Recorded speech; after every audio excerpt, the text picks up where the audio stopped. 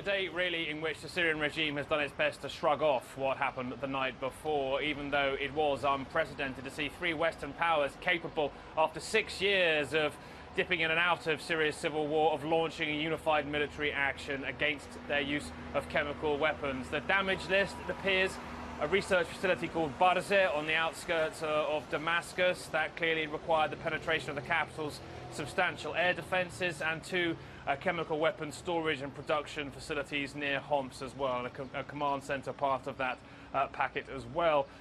The Syrian regime and the Russians are suggesting that, in fact, out of the 110 or so missiles launched, nearly 70 or so were intercepted.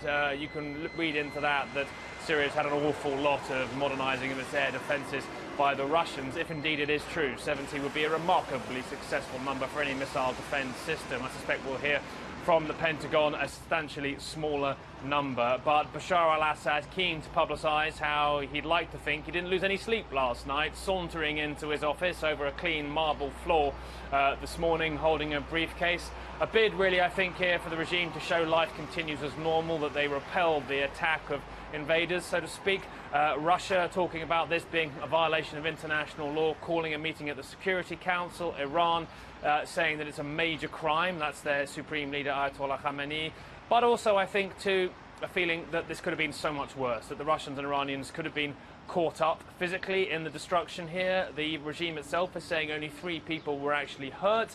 So the question now is, what next? Well, the balance of power in the Syrian civil war has not been changed one iota by this, but there is a clear message sent that chemical weapons will potentially meet a show of international force from the Western community. That itself, I think, is the takeaway here, and there may be some pressure on Damascus from Moscow and Tehran to never again use gases like that cause a week's worth of focus on a war that, frankly, the rest of the world would otherwise best ignore.